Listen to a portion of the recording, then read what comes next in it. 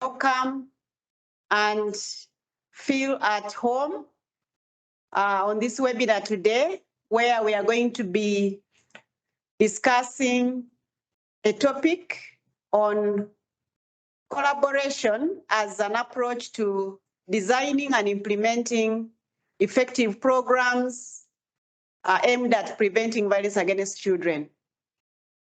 And I'd like to say that we are privileged to be discussing this kind of topic because at such a time when it is approaching end of year, I know that many of us are reviewing our goals for the year, how much have we achieved, but also planning for the new year. Usually I know that in the last quarter, which begins October to December, we are very busy with both evaluating what we have done, but at the same time, projecting what we should be doing and even looking for potential partners to work with. And therefore, I believe this discussion around collaboration in designing and implementing effective programs to prevent violence against children is timely. And I hope that whoever is on the call will be able to learn something and consider the option of working in collaboration with other organizations. I would like to say that the organizations that are going to lead us in this discussion are organizations that have vast experience, and we are privileged that Red Children Africa, an international NGO that has operations in Tanzania, will be one of the lead organizations that actually is taking a central role of leading this webinar. And their co-presenter will be SOS Children's Villages in Tanzania. And they're going to be sharing with us based on practical experience of working in collaboration for a number of years. And I want to add that even moderation this morning, I'll be moderating, supported by facilitators from Red Children Africa, Madam Mary Gatama. I hope you're on the call. You can unmute and just say hello so that we are sure you are there. And Mr. Musa Mogata, if you're on the call, kindly unmute and just say hello so that we know you are available as co-moderators for this session. Hi, good morning, everybody. My name is Musa Mogata. I'm the Executive Director for Red Children Africa. Thanks, Agnes. Hi, everybody. Hi, everybody. And welcome to this webinar. We are really excited to share about what we've learned and also to learn from this webinar. So welcome everybody to the webinar. I'm Mary Gatama, Program Manager at Railway Children Africa. Very good. Thank you very much, Mary and Musa. Glad to have you on the call and all our lineup of other facilitators. We shall be introducing them shortly, but we are glad that you have agreed to share with us your experience, and I believe everybody is looking forward to the day's presentations. On the program, we would like to say that we had planned that we shall have the Tanzania Department of Social Welfare with us, but due to unavoidable circumstances, they are not able to join us, but we shall still proceed with the program as it is. And we shall begin off with an overview that is going to be presented by Dionisi Nsimbi, who is a Program Development and Partnership Manager at Red Children. And thereafter, we shall have case studies that shall be presented based on the practical collaborations that have been happening in Tanzania, and results around protection of children from violence have been registered. So without going into any further details, I'd like to welcome Mr. Dionisi Nsimbi to take us through an overview on effective collaboration and design of programs to prevent violence against children. You're welcome, Dionisi. Thank you so much, Agnes.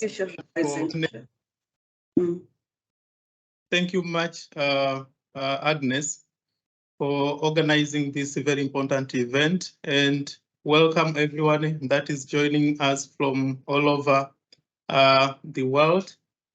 I'm delighted to present to you about the background and key information around the collaborative efforts.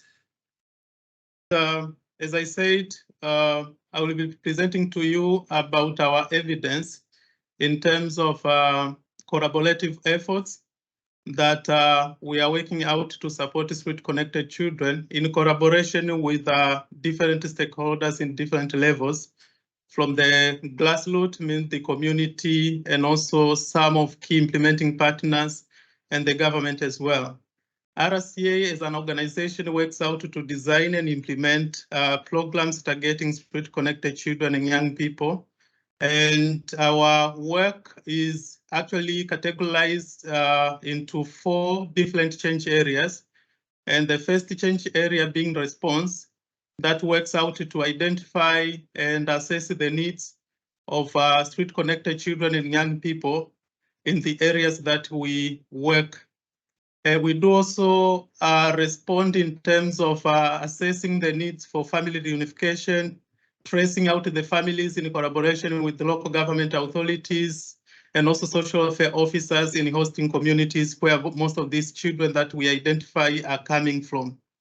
And our change area 2, we work out to strengthen the community responses, building the capacity of different community stakeholders to be able to respond on various violence against children related issues. And most recently, we have worked with the government to establish some of the child-friendly desks, creating a physical space for children to report some of the violence-related issues, and also being a contact place for social workers and the children to meet and build that level of relationship. We have also been establishing some committees in the communities around the bus terminals, and we do also work with the existing government structures in the place, including the VAC committees that are established by the government in collaboration with other partners.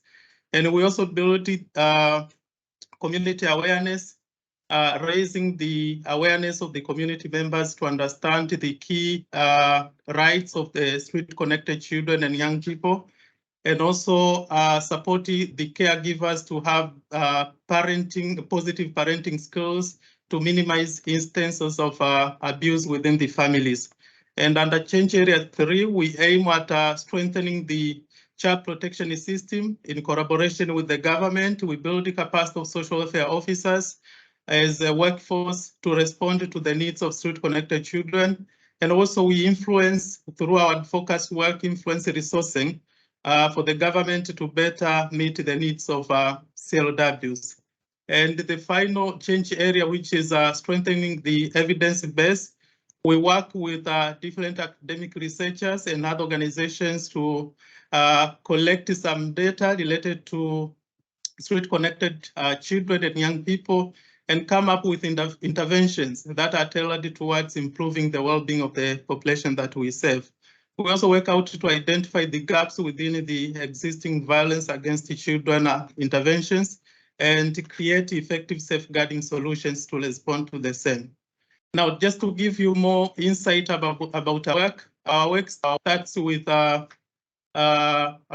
street outreach activities, where most of our street workers in collaboration with LGAs conduct day, morning and night street outreach activities to identify these children, and also being able to respond to urgent needs, including the social, the healthcare services in collaboration with government health facilities that have given us free access to care. And also rescue for those who are interested to get safe accommodation and being rescued from the streets.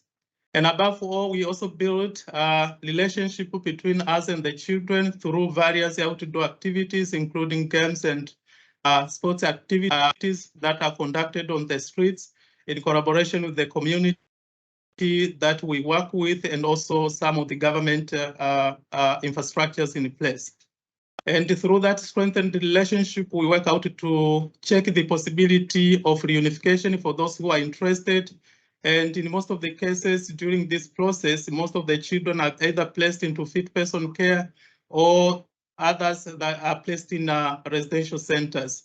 And then our family workers, in collaboration with social welfare officers in hosting communities, they do family tracing and conduct initial visits to do some level of assessment to understand the reasons that caused most of the children to drop off the streets, but also understand and set a mechanism to improve the situation in the families to be able to respond to the basic needs after the children are being reunified.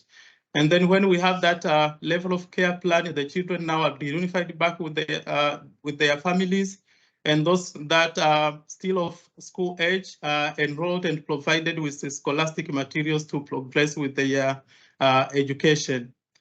And after reunification, we conduct regular family support in terms of follow-up and addressing emerging issues, and also being able to provide economic strengthening level of support for them to meet sustainably the need of the children reunified back with their families. Next slide, please. So let's now go back to the theme of this webinar. We are talking of collaborative design and co-implementation of VAC related programs. Just to have an insight, especially on a practical meaning of these two important terms. The co-designing means an approach that brings together a range of stakeholders and the targeted communities being on center of it to identify problems and create solutions with the people, in collaboration with the people, and not for them. So you work together with them to create sustainable solutions to address existing issues. And in our context, the children are key part in that process. And on the other hand, the core implementation means an approach whereby the delivery of designed solutions are involving the communities that we work with and also key other child protection actors in a more complementary way. Next slide.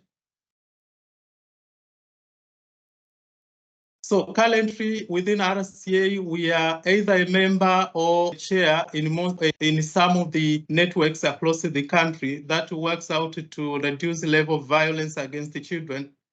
And recently we have been spearheaded formation of a network of organization in Dar es Salaam that works to support the street connected children. And currently we are secretariat for almost 6 months since its inception. We are also a member on a national task force committee to design and oversee implementation of street connected children interventions that was formed and commissioned by the Minister for Community Development, Gender, Women and Special Groups. We are also a member in a special committee to raise community awareness on VAC in Mwanza region that was established by the Regional Police Commissioner through the Police Gender Desk section.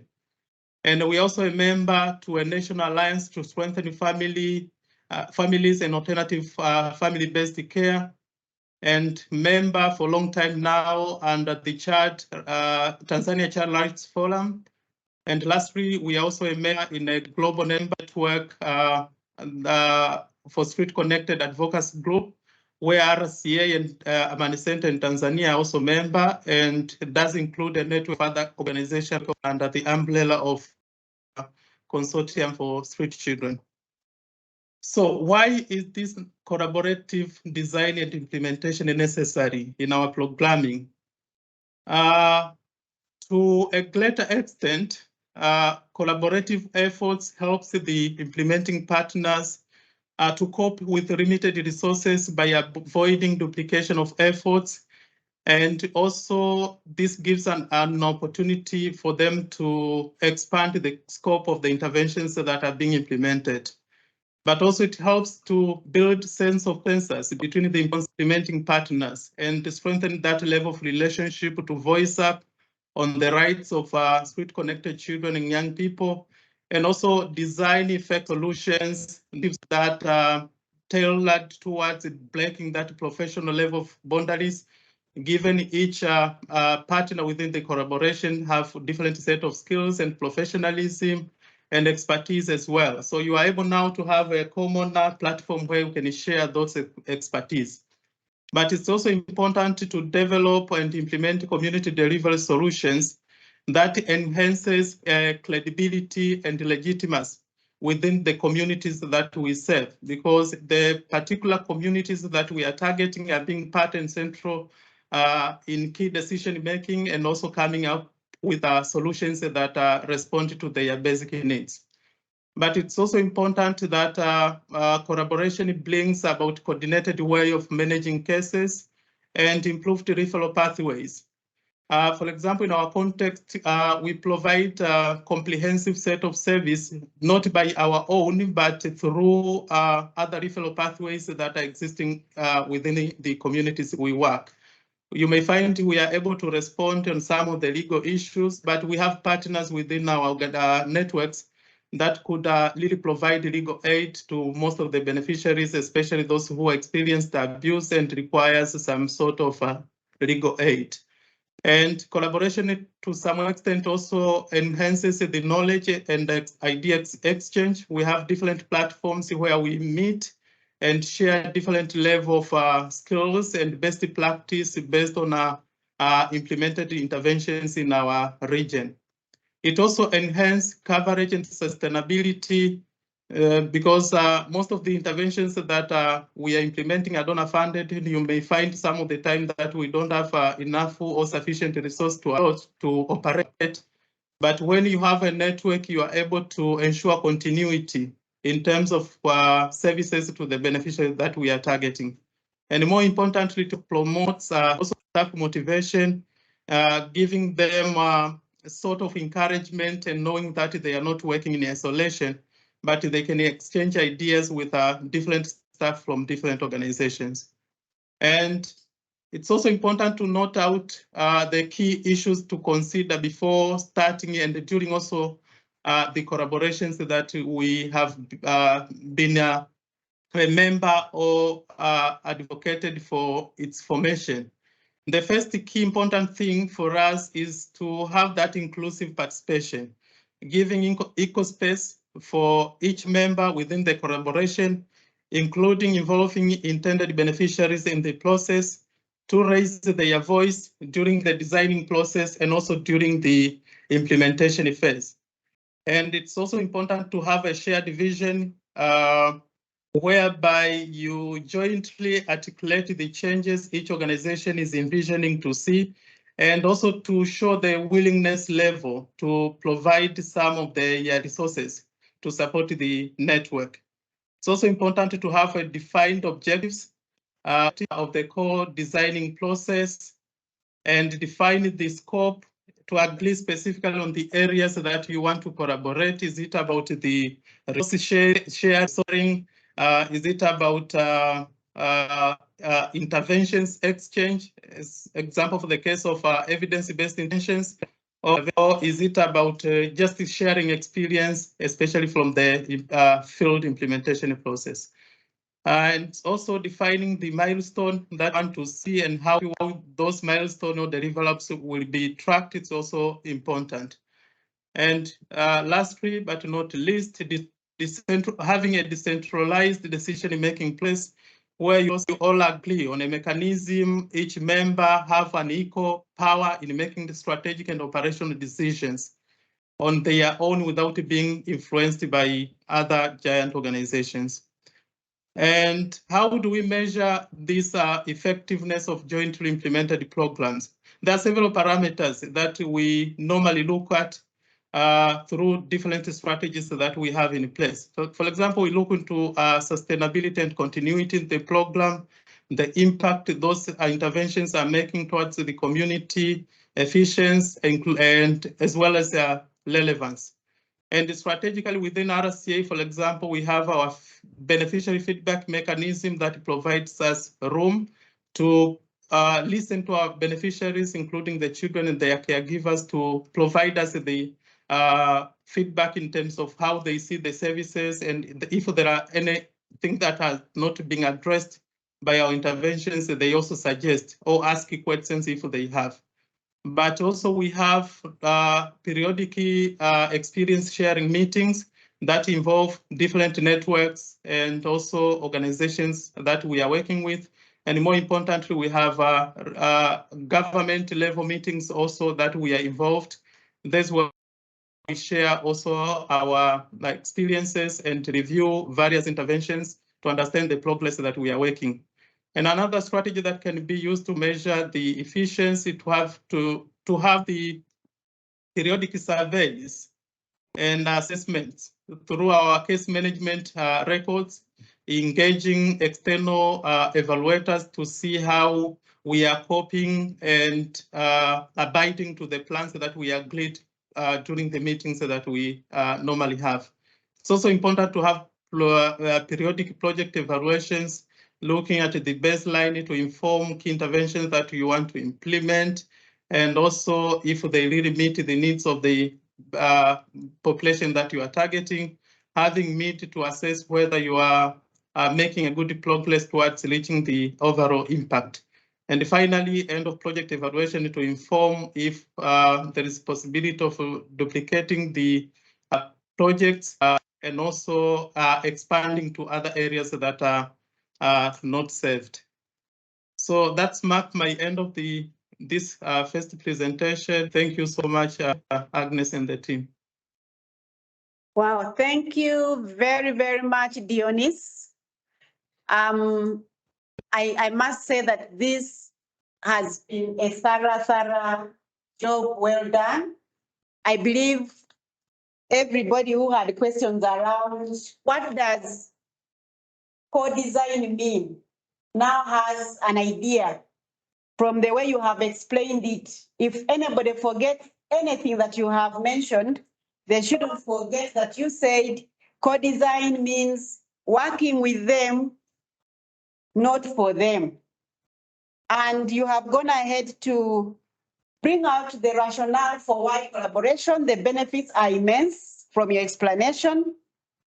And the key considerations, I particularly picked up the shared vision. Shared vision. You are saying we are working together, but everybody has their own vision. And measurements, you have done a great service. Project evaluations stand out for me. Baselines, midlines, endlines. I hope that many of us after here will be able to link up with Red Children Africa and be able to get some more information if we need to after the webinar. But members, please keep posting questions that you have on the chat, type them out as we proceed with the next phase of the webinar. I'd like now to invite my colleague, the co-moderator, Mary Gatama, to take us the next phase of presentations. Mary, you are welcome. Thank you, Agnes. Our next session, we're going to have a panelist of three. We'll be joined by three panelists. One is Julius Nitiga, National Reintegration Coordinator at SOS Children's Villages. And then we'll have Rose Kagoro, Advocacy Manager at Railway Children Africa. And then Mary Mushi, Safeguarding and Technical Lead at Railway Children Africa. So the panelists are really going to bring to life how does the collaboration actually look like when you're talking about violence reduction against children. So the first case study will be presented by Julius Nitiga and Rose Kagoro, and it's going to focus on family reintegration and the collaboration between organization as well as with government. So the first one will have Julius Nitiga to really tell us, to introduce SOS, tell us a bit about SOS, but also to really focus on how does collaboration with Railway Children Africa and other stakeholders when it comes to family reintegration look like. Welcome, Julius. Oh, thank you very much, Mary, and other colleagues who are joining this webinar this morning. As I have introduced, I'm terrific down here in Dar es Salaam, Tanzania, and exceedingly humbled to join this team and make a presentation in line with our topic. Yeah, my name's Julius Ntiga, National Reintegration Coordinator for SOS Children's Village, Tanzania. And I'm going to present about reintegration of children, of children and young people to their family of origin and communities. To start, I will brief introduce SOS Children's Village works in Tanzania. As it is seen, SOS Children's Village is a child-focused non-government organization registered in Tanzania, providing care and support to children who have lost parental care or at risk of losing parental care of their biological families. That means we detect children or children who are at risk. We detect area and prevent it, or we go direct to those who have already lost parental care and we take them to relevant place for care. SOS Children Village in Tanzania is a member of SOS Children Village International, the largest non-governmental organization for children across the world. And in Tanzania, there are 4 children villages. We run villages where we take care of children. And we have them in Zanzibar, Unguja. We have in Dar es Salaam, Arusha, and Mwanza. But we also operate in 7 locations, different programs in Pemba, Unguja, Dar es Salaam, Arusha, Mwanza, Iringa, and Mufindi in Iringa. And currently, both our villages in those 4 places and community programs take care of 7,050 children. With SOS Children Village, we have care solutions, which is categorized in a number of programs. But to mention a few, one is alternative care for children who have lost the parental care. So for children who have already lost, we place them in our villages where we call family-like care. So we place there, we provide them necessary needs and care. But in the meantime, after we press them to feed person, we press them also to foster and the adoption care. Those are the care options we provide for children who have lost the parental care. Second, we have family strengthening for children who is at risk of losing parental. Once we detect children are in big risk of losing parental care, so we intervene through direct family empowerment and community family empowerment. And there we provide a number of services. We do service delivery. For instance, we provide the startup kits for those identified families. We provide the skills and knowledge, and for instance, entrepreneurship skills. We train them on how to mobilize resources around them, around their surroundings, so that they can manage how to take care of their children. So long we believe family is an optimal settings or environment of taking care or growing a child. Third is reintegration of children to their families and communities. So for those children who we take care in our family-like care, after they have qualified, or we are sure that we can take them back to their family. We have traced their family. We are sure that they have traced. We are sure that they have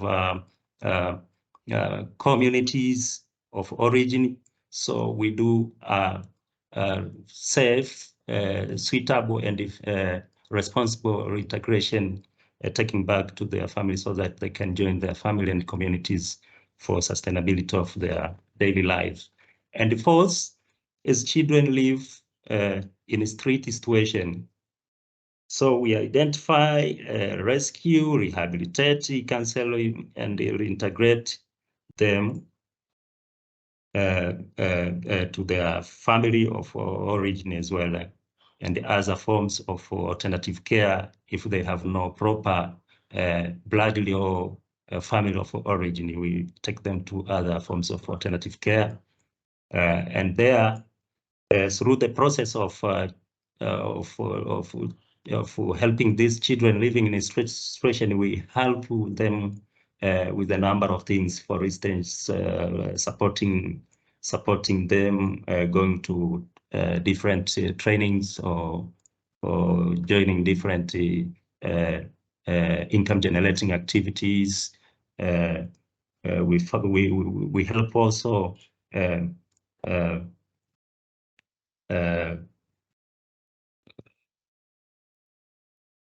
taking them to rehabilitation centers. In case they have maybe a psychosocial problem, we take them, they get counseled there so that they become normal, and we take them to their families. Last is advocacy and partnership. Through advocacy, we do create a number of platforms to advocates, to influential and the policymakers, so that the government or people in the government who are in a position to allocate resources, so they are able to understand the needy, they are able to understand what we advocate, and in the end, they join the hand and they know that we are the partners, but the key business is from their selves, the government. So advocacy is our key role in the practice we do, but we do partnership with other different stakeholders or development actors like RCA and others. So advocacy is one, and the partnership is one of our key roles we play. But to go with reintegration specifically, we have been implementing reintegration with the primary goal of facilitating responsible reintegration of children and young people back to their families and the community of origin. It is also targeting reintegration with our program, with targeting to improve the quality of services for children participating in SOS. Sorry, Julius, 2 minutes left. Okay. Okay. So generally, with reintegration, we do intervention in a perspective, so that in the end we see helping even other children's home across the country, reintegrating children back to their.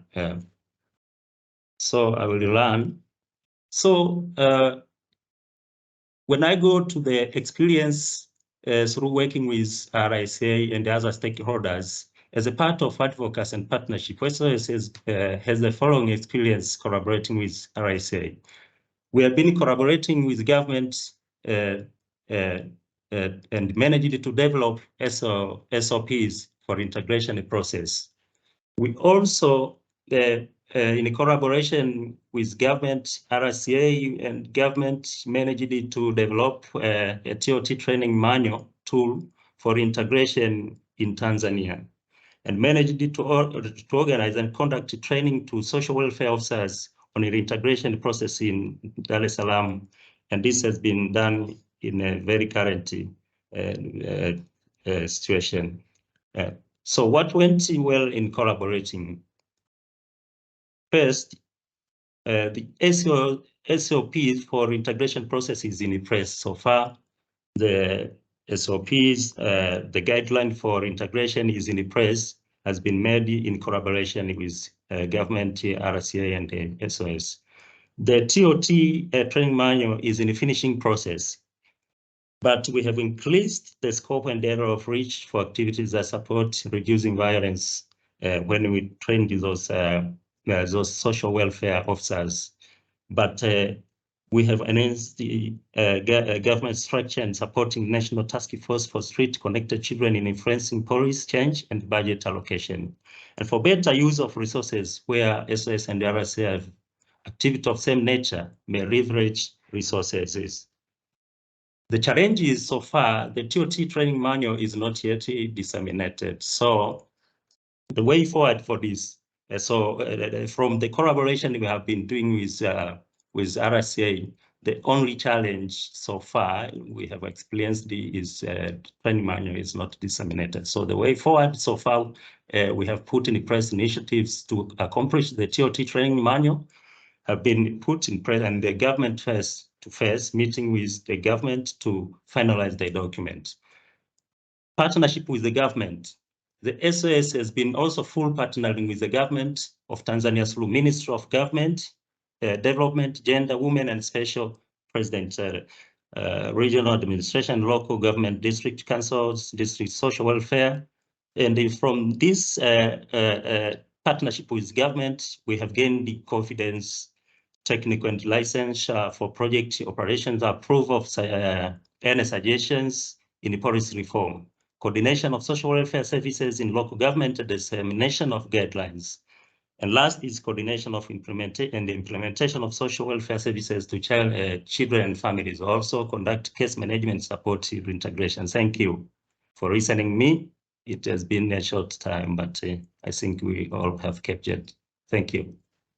Thank you, Julius. And hopefully our listeners will have more time to engage with you through questions.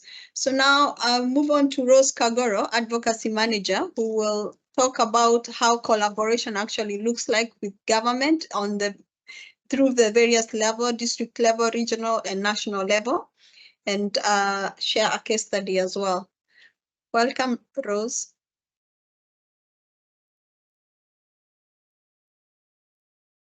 So as Mary said, or introduced me, my name is Rose Kagoro. I'm the Advocacy Manager for Railway Children Africa.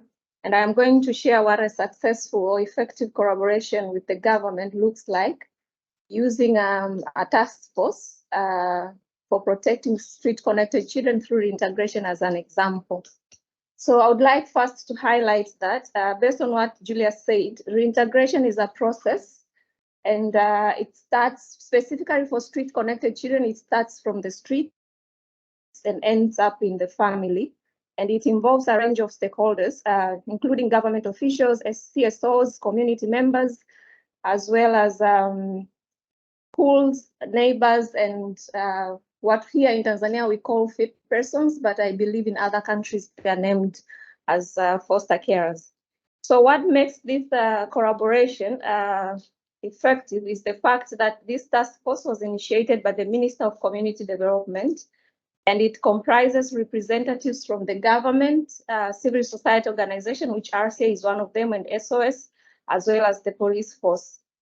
The effectiveness of this collaboration stems from the fact that it was set up by the government. So there is that ownership from the government side, but also the fact that there is a shared commitment between the government and the CSOs that are members of this task force.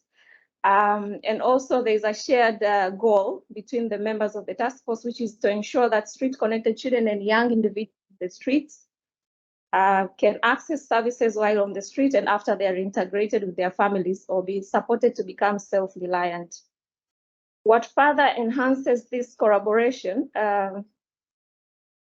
is the fact that there is a clarity of roles and responsibility. So each member of the task force is aware of what they're supposed to be doing or what they're supposed to bring in the task force.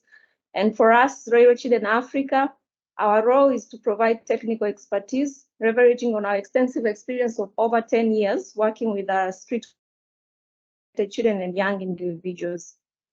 And this takes different forms, including advising the government and other members of the task force on what the plans should look like, on how best to work with street-connected children, to having frontline staff from the government participate in our street outreach work as well as our family reintegration work.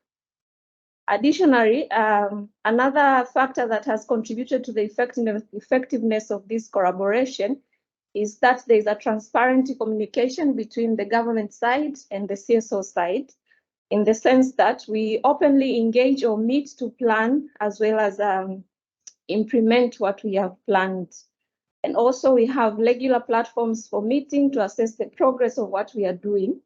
And we always meet on a quarterly basis. And if sometimes there are urgent matters that need to be discussed, then the meetings can be convened depending on the issue. We also have audience with the minister herself from time to time to present the progress, but also ask for the support that we need from her. What's also strengthened this collaboration is the focus on the capacity building. So the task force understands while street-connected children form part of the 16 group of vulnerable children in the country, they require a special expertise on how to work with them because of their unique vulnerabilities and complex background. And so the task force emphasizes on improving the abilities of its member to ensure that we are able to understand this group, but also advise the government accordingly. This commitment is also extended to enhance the capability of social welfare officers, who are the people that have the duty of care to this group of vulnerable children.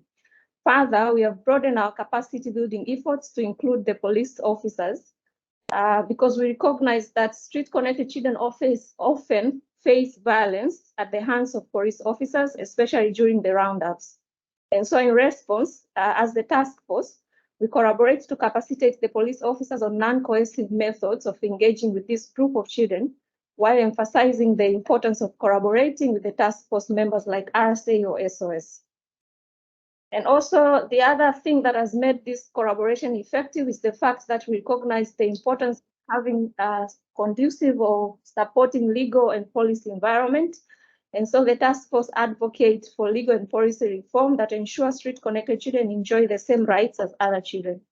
For example, the task force is advocating for the need to have guidelines on how to work with street-connected children, but also advocating for the need of the local governments to allocate certain percentage of their resources to support street-connected children. So while this task force has proven to be efficient, it experiences some of the challenges, or rather, as members, we also experience some of the challenges. One of them is that the task force lacks participation of other critical government institutions, such as those from the health sector, education, and the court system. And so as a result, this limits sometimes what the task force is able to do. Another challenge is the fact that despite having well-structured plans in place, the financial resources to support these plans is largely relied on contribution from CSOs such as RSA and SOS, who are the member of the task force. And so this sometimes limits what the task force is able to achieve in terms of ensuring that the street-connected children are able to access services, but also including reintegration with their families. The last challenge that I would like to highlight is the issue of power dynamic. While it's good to have the government on board, sometimes the regulatory frameworks can be quite stringent for us as CSOs and members of the task force to operate within. And this is often escalated by the fact that the matter of street-connected children is at times politicized rather than being approached from a purely technical manner. And so some of the solutions that we use to navigate the challenges, including involving community members in our programs, by building the awareness on how to support street-connected children, but also having them become the person of our programs, having open dialogues for lobbying with the government, having government officials, especially the top leaders, visit our interventions, We also conduct research to build body of evidence to back up our advocacy efforts, but also we are a member of other networks which support also to advocate for the work that we do. So lastly, I would like to highlight that what this task force has been able to contribute is the reduction in number of children that are on the streets in the Dar es Salaam region, where the task force is piloting its initiative. So we have been able to reduce the number of street connected by 60% from 2017 to 2021. In 2017, we had 2,984 street connected children in Dar es Salaam. And in 2021, when we conducted or repeated the headcount exercise, we had 1,204 street connected children. And that makes the reduction of 60%. And also it's important to highlight that the street connected children face a high degree of vulnerability to various forms of violence while they're still on the streets. And so by being able to reintegrate them with their families or finding them other best alternative care, we are able to rescue them from various forms of violence. Thank you. Thank you, Rose. And we'll move on to the second case study that is going to be presented by Mary Mushi, the Safeguarding and Technical Lead at Railway Children Africa. So Mary Mushi will be presenting a case study on promoting child safeguarding, stroke violence reduction in and around bus terminals in main cities in Tanzania, that is Mwanza and Dar es Salaam, through an intervention establishing child support desk. So Railway Children Africa has established child support desk in collaboration with government.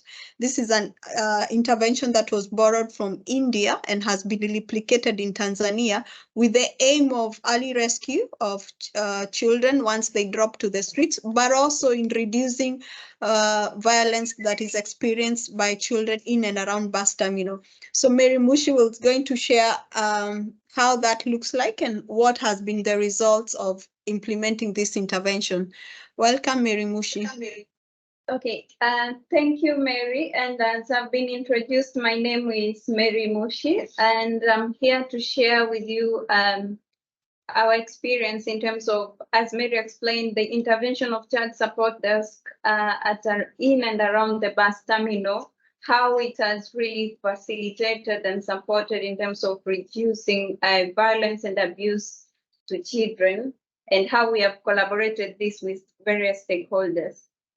So with this child support desk, as Mary explained, it's a physical space that is around these bus terminals, and in this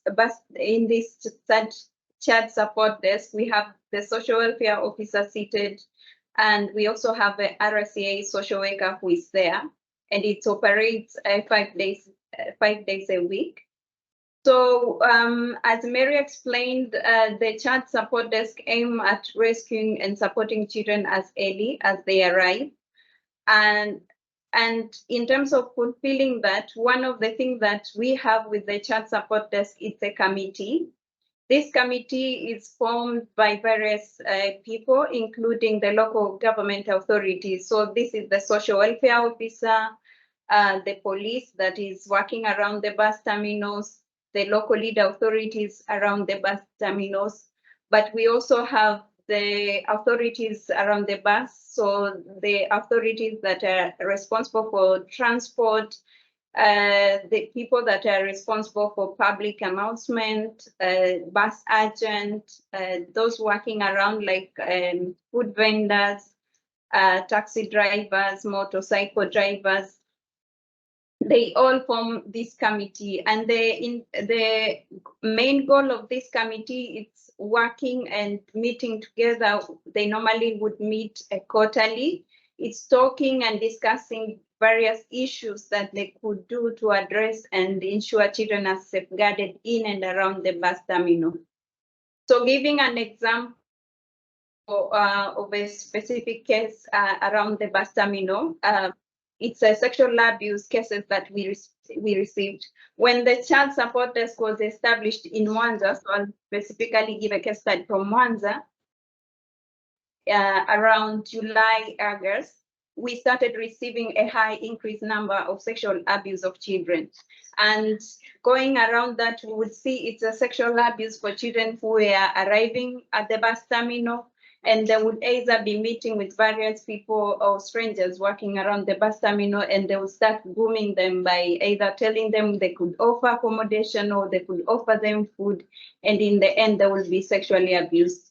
So the other abuse that happens is for the children that were existing already on the streets. They will experience this either from bus conductors and other people.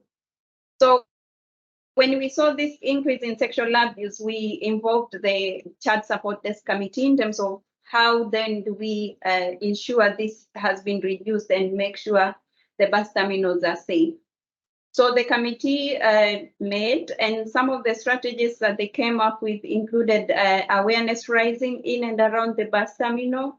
Also, they came into agreement of ensuring to report and arrest perpetrators of this abuse. And they are also agreed in terms of early rescue and referral of victims as early as they are rescued. But there were also strategies that were taken to ensure people that are working around the bus terminal have uniform. For example, bus agents have uniforms. There were unregistered guest houses that were used in terms of this abuse. So these unregistered guest houses were also closed down. And so together with this committee, it also complemented and continued to work hand in hand with other CSOs that were working around the bus terminal. So we have Suma Ujata. This is another task force that was developed by the Ministry of Community Development. We had other CSOs and organizations like Kivulini who are working towards violence against children. So together they came up with these strategies in order to ensure the number of sexual abuse cases is reducing and ensuring safety. So what has worked well with this collaboration, there have been early rescue and referrals, but justice has been achieved through conviction of perpetrators, where some of the perpetrators who were doing this abuse around the bus terminal were arrested, and some of them have received their conviction. Also, there's coordination of service provision and response to survivors of abuse, and there have been awareness that has been ongoing, and there's an increased awareness in the community in terms of reporting and responding. So just to say in terms of numbers, how this is, as I said before, it's when the Child Support Desk was being established, we saw a rise sometimes in July, August, September, we saw a rise of number of sexual abuse cases. So we would receive at least 17 sexual abuse cases in a quarter. But after we have those strategies and implementation were put into place, we have seen a number going down, starting the quarter from March to May 2023 to now June, September 2023. There have been a really decrease of number, which now we receive 8 cases, which is a reduction of 50% of that. So what has been the challenge? The challenges have been to how, and we continue to learn in terms of how to keep the committee motivated, because the committee, some of them are just volunteering and they have other tasks that are doing. So in terms of them continuing to be committed and being able to meet regularly and continue to strategize in terms of keeping the bus terminal safe. And as Rosie mentioned, some of the way forward that we use in terms of engaging them is, as Rose just explained, engaging them into our work and having open discussions when issues arise. Also, another challenge that has been there, there have been threats to some of the committee members that have reported cases that have gone to the police and have been known either by the perpetrators or the relatives or the friends, have threatened some of these committee members who made reports. So these are some of the challenges that we have seen. So I hope been able at least to share. I think we can cover the rest in the question and answer session. Thank you, Mary. Great, thank you so much, team of panelists and my co-moderator, Mary Mushi, for a job well done. Questions have come in and I would like to hand over to Mr. Musa Mugata to take us through the question and answer session. Welcome. Yeah, thank you very much, Agnes, and also thank you very much all panelists for good work. We have received some questions, but also prior to this, when all participants were registered, we managed to receive some questions which the presenters have actually managed to respond, to integrate their responses in the presentation. So we have at least 8 questions now, but keep on posting on the chat box. After this round, we will also allow maybe another round of questions and also responses. So there's one question specific to Dionys. The question is, please share more about the methods that you use to obtain the beneficial feedback and how do you use the feedback?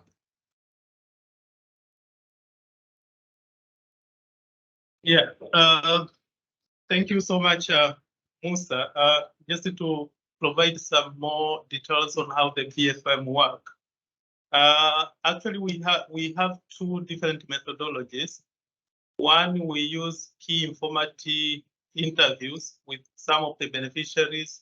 We have developed a tool with some set of questions and also reviewed periodically to respond to some emerging issues. And also we have a suggestion box in our office, for example, in Mwanza, where some of the children drop out their issues utilizing that particular suggestion box. And we have also recently launched our toll-free number for them to provide some immediate response in relation to their experiences with our services. So specifically on the key informant interview, we have questions around children's experience with and satisfaction level with the provided services. And they also provide if they experience any gaps in terms of the services that we are providing and proposed areas of improvement. And more importantly, they also provide responses in terms of how our staff are interacting with them and if they have any negative experience or positive experience that they share. And to close it now, that feedback loop, after we have these analysis meetings within the organization, we have a specific committee that is responsible for that. And most of these are coming from the senior management team. They propose for interventions that if the frontline workers are able to respond, they respond directly. But if we are unable to respond within the organization, that's when we link up with other service providers in different locations to ensure that we respond to all the raised queries from the beneficiaries. That's all, Musa, in addition to what I said. Thank you. Yeah, thank you very much, Dionys. Maybe I would like you also to comment on our involvement with the private sector, apart from working with the government. Do you have any comment on that? Yeah, we are taking a very significant pace, Musa, in terms of collaboration with different private sector, especially the business communities. For example, recently we have been approaching some of the corporates in the country to see if they can support our cause, but more importantly, also the transport industry, which is the main transporter mechanism for the most of the children that are moving from different regions coming out in major cities of Mwanza and Dar es Salaam, to see that they incorporate and educate the bus operators to be able to identify children that are traveling alone in their buses or underneath their buses through other means that children are mostly using. So we have been educating them to see whether they can take critical part in ensuring the safety of the children that are traveling and also reporting in case they see utilizing the physical child supported desks that are existing in the bus terminals. We also collaborated last year with National Microfinance Bank, NMB, and they have been very useful in terms of providing us with some skills to the beneficiaries to assist them become self-independent, especially for the youth that are forced sometimes to engage in unbecoming sort of behaviors for them to earn a living, but through the engagement with the banking sector, they are equipped with some entrepreneurship skills to be able to set out something that could enable them to earn a living and transform their lives. So we have many other mechanisms in place so that we are trying to attract the business community to support the interventions that we are working on to support. Yeah, thank you very much, Dionys. Now we are moving to Julius, and we have 2 questions which were sent specifically to Julius. Of course, one is request to share the SOP for the integration. I hope maybe at the end of this webinar, we'll be able to, Agnes will circulate all those documents and share with the participant. But the question was, what are the families expected to put in place before their young children are brought back home? Do you do any preparation work before integrating children back with their family? And the second question is, do you normally obtain feedback from children after integrating them with their family, and how do you use this feedback? Julius, Karim.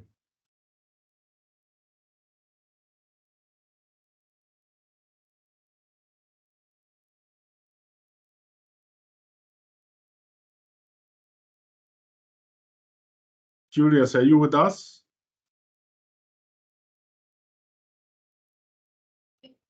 Maybe. Hello. Yeah. Yes. Yeah. Yes, Karim. Do you get me? Thank you. Yes. Thank you very much. Yes. Yes, we have a number of things to do as reintegration processes need us to go through. And with a big part we have to do with parents, we have to do with communities, we have to do with families of origin, including the consent and their readiness. After we have been interested in the family of origin, we have been creating bond. We have been creating bond between the family or the community of origin and all stakeholders in the community, so that to create a responsible environment of receiving a child. There must be a mutual agreement between those two parts. This is how the SOPs and the procedure for integration has been taking place. We involve each part to the maximum, but all these things have been done in the best interest of a child. So we have been the family are the key player. Families are key players for the responsible integration of our children back to their home of origin. And the second question was about do we obtain feedback from children, and how do we work with them? Yeah, of course we obtain, and we have a series of time after we have been impressed their child to back to his or her family of origin. We have been tracing, we have been doing a post-reintegration support, making follow-up, making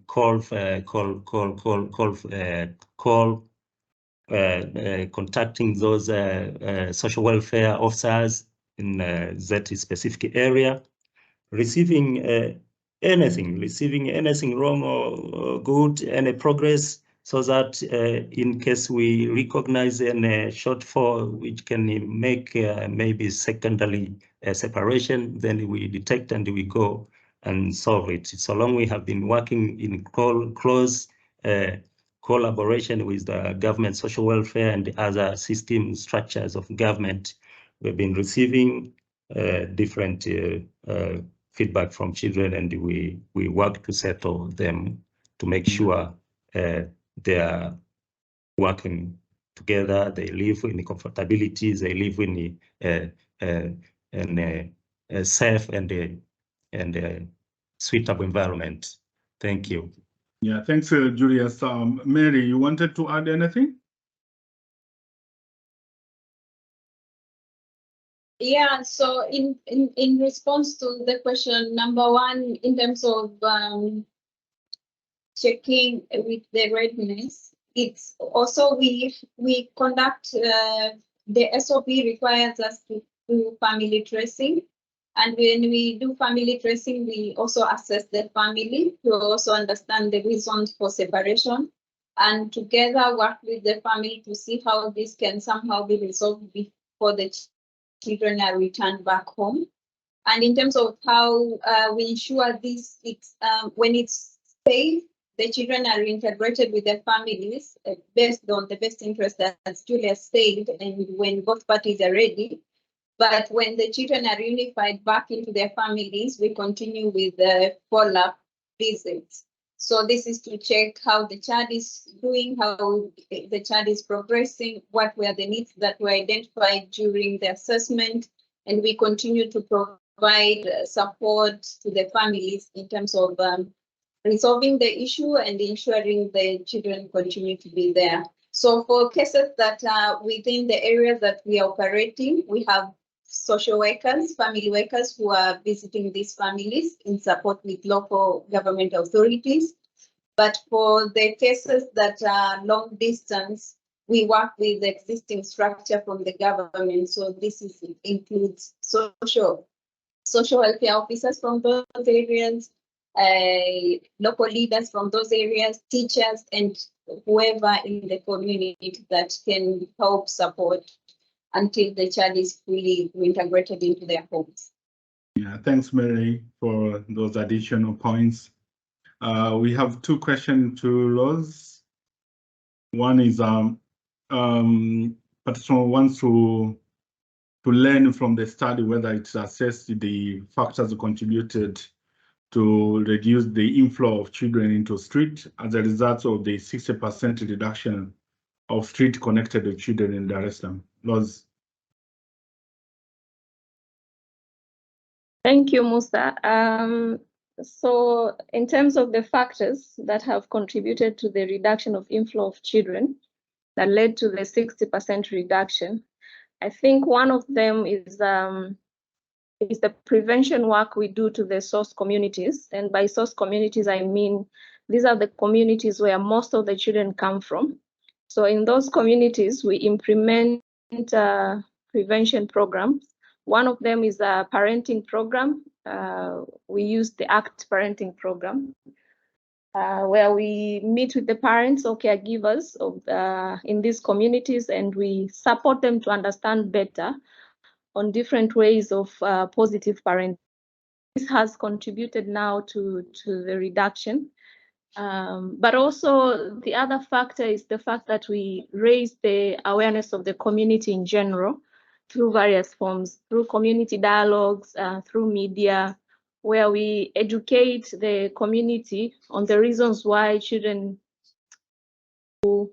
leave their homes and go to the streets. And this has also contributed to the reduction in the number of children that come to Dar es Salaam. Okay. Thank you, Musa. Yeah, thanks. The second question is how you have also succeeded working with the government structure responsible for children issues in Tanzania. We know that they are depending a lot of assistance from NGO. How have you managed to bring them on board, even where there is no facilitation in terms of fuel or allowances to them? Yeah, thank you. First, I would like to acknowledge that in scenarios or in areas where there are no NGOs operating, it's a challenge to have the government officials act without the presence of the fuel or allowances, but that is not to say that it's that case all the time. So in specific, I'd like to speak about the task force because it's an initiative that was set up by the government, and because of that ownership. So there are times when the task force, especially members of the task force that are government officials, would act without the presence of the allowances or the fuel as highlighted. And so what I would say is, in order to have the government officials act without those incentives in place, one, I think it's important to have the government first understand the cause or the issue that we require them to address.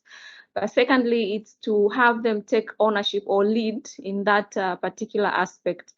And that way, I think they will feel like they are driving rather than supporters. And so at times when we are unable to support them with the the fuel or the allowances, it's easy to have them on board or participate in programs. But I acknowledge that is a challenge we also grapple with as an organization, especially when we have limited resources, that either we are unable to completely pay these allowances or we are unable to match the rates that they require. Thank you. Yeah, thank you very much, Loz. Now let's move to Mary Moshi. Can you unpack, the composition of the committee around bus terminal, and how do you support this committee in bus terminals? Okay, thank you, Musa. So when the Child Support Desk was established, as Mary Gatama said, together with the government social welfare officer, we worked together to come up with the committee, but the committee consisted of people that are around the bus terminal. So it consisted of the social welfare officer themselves, we as Red with Children Africa, but the ones that are working around there, including the taxi drivers, food vendors, police.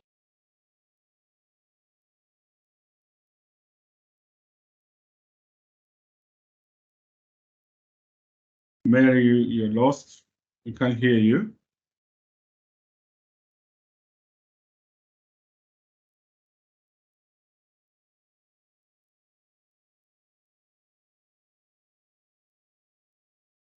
Hello, Mary, we can't hear you.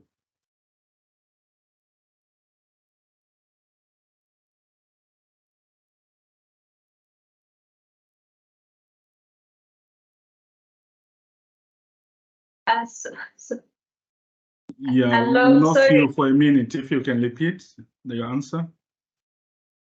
Yeah, sorry, there was a network problem. So I'm saying as the Child Support Desk was established, so together with the social welfare officer responsible, we worked in terms of establishing the committee. So the committee consisted of people that are working in and around the bus terminal and those who with authorities. So for example, those are responsible for transportation, the taxi driver, the motorcycle drivers, the food vendors, police, local leaders, and community champion around the bus terminal. So all these were part of the committee, including the social welfare. And after this was formed, then together we met with the committee, so meaning RCA social welfare officer to lead and support the committee in terms of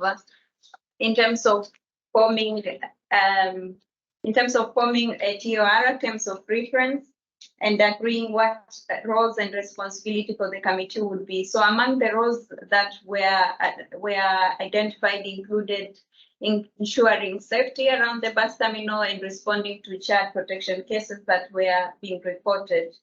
But before that, the support that we provided was to train the committee into safeguarding related matters and reintegration and family reintegration related matters.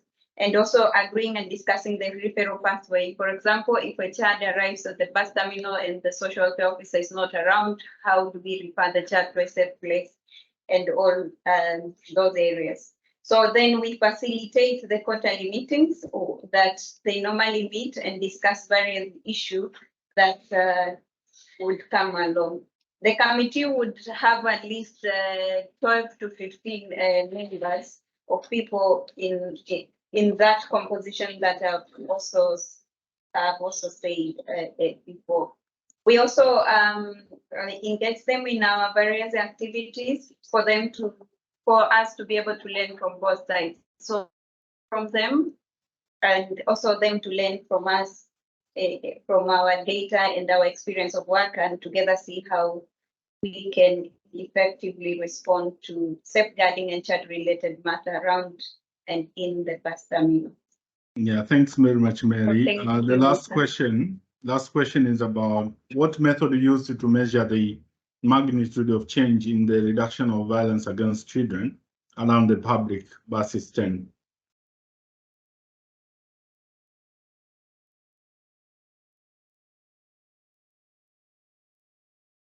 Okay. Thank you.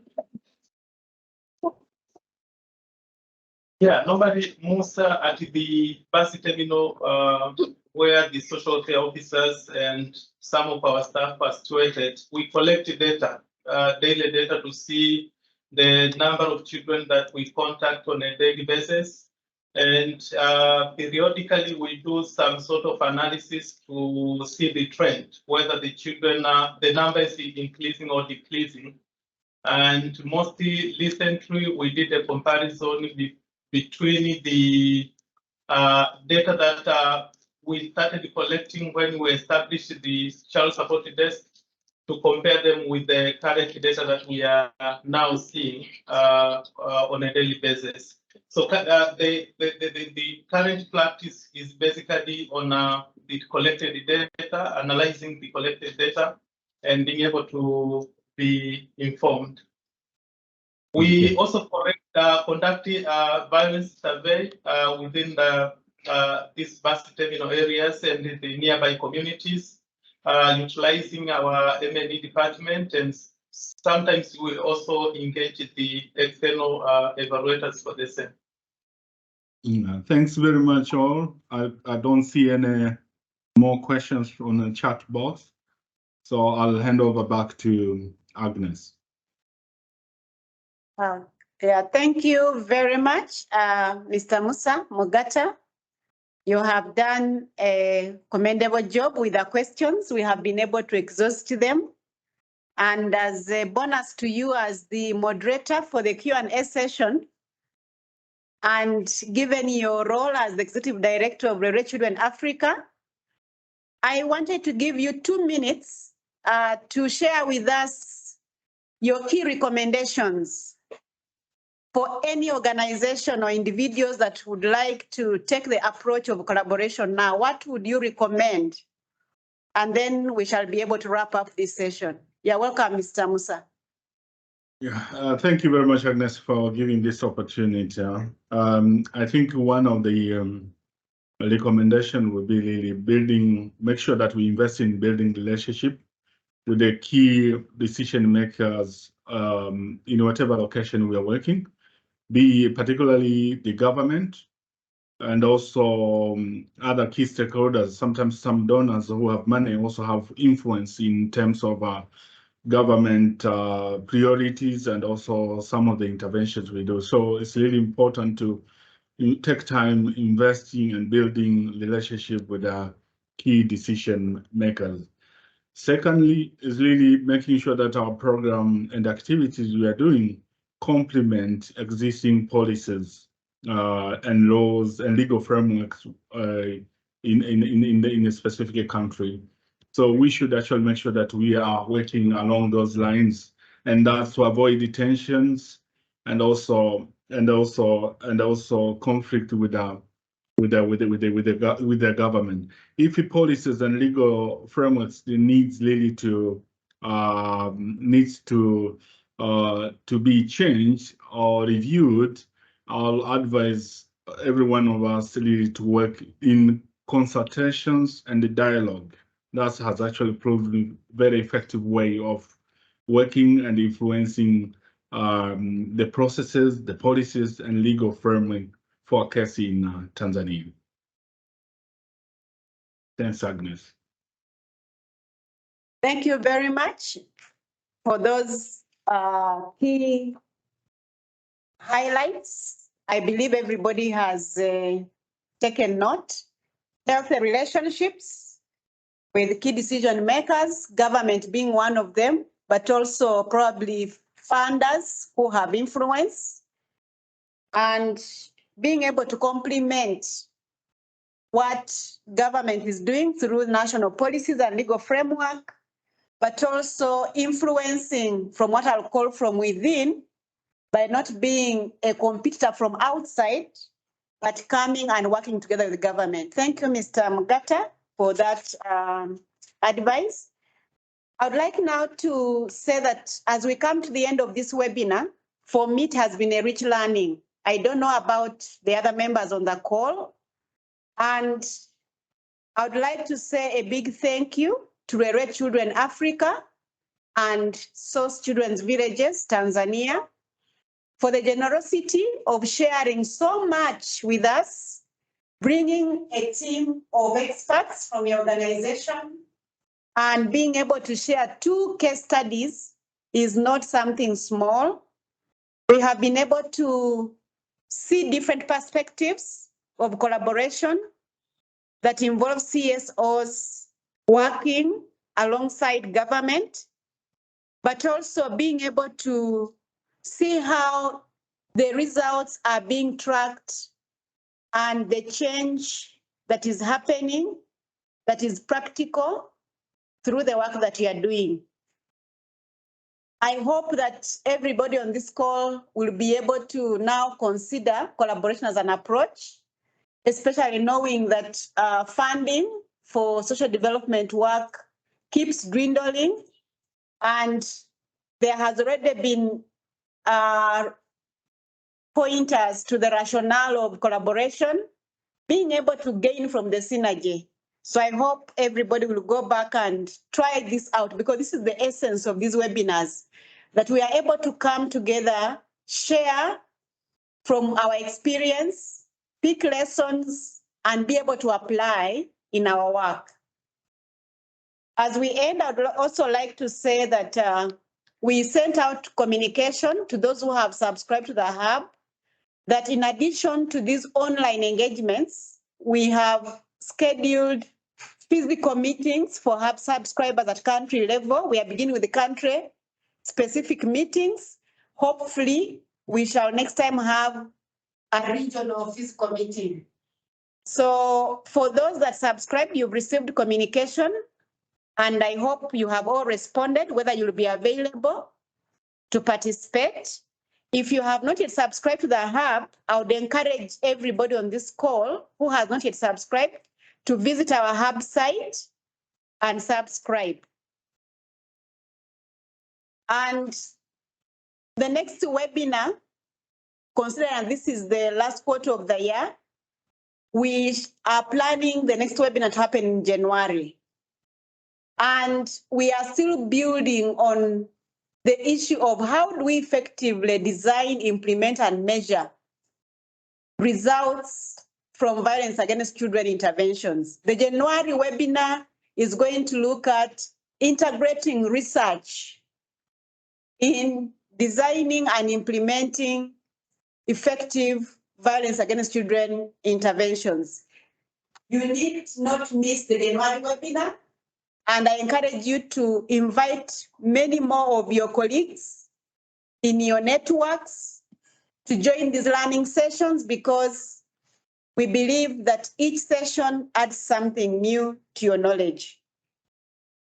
And with those remarks, I would like to once again reiterate my thanks to Rere Children Africa and all the presenters that have been on the webinar today. We are very grateful, and we are looking forward to one day being invited to visit your organizations and see what you are doing. But in the meantime, I make a special request that for those that have presented, Rere Children and SOS, we would like to have your evidence and knowledge packaged. You can imagine what you have shared with us in a short time here. If it was packaged, how it would be more beneficial to many more people who visit Backness Virtual Hub site.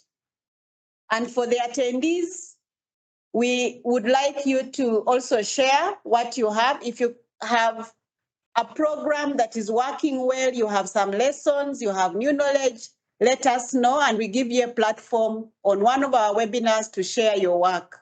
I want to thank you once again and I wish you a good afternoon. Kwaheri.